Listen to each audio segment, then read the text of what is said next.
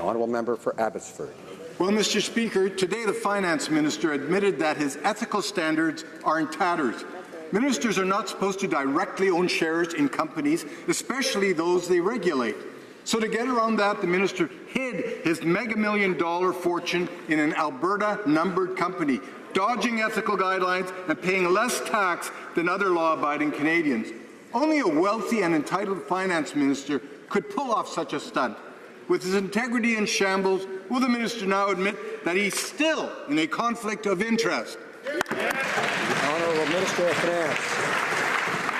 Mr. Speaker, there are numerous inaccuracies in that question.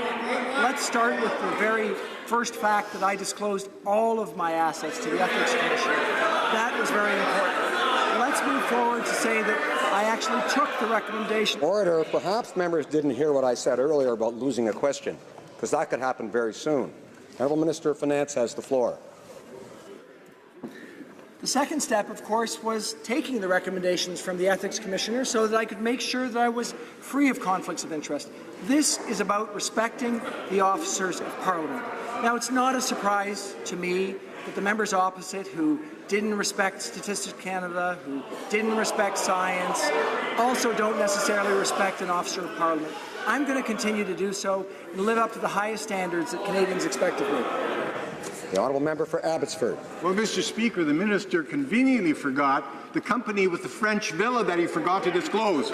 Last week, I was in Maple Ridge and heard the outrage residents have towards their missing in action MP over his government's hypocrisy on taxes.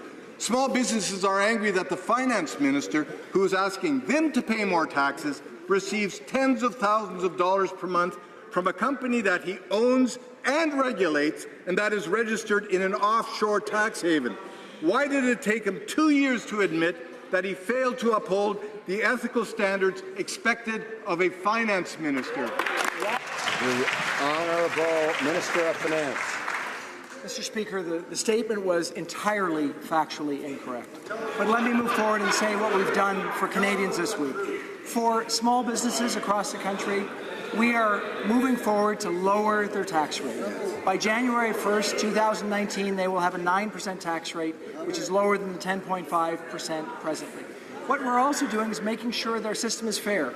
Businesses will be able to continue to save within their company so that they can actually invest in their business or have a retirement, but we will do that in a way that doesn't advantage the very few that are already successful. So these are important measures that we're going to move forward to help. The honourable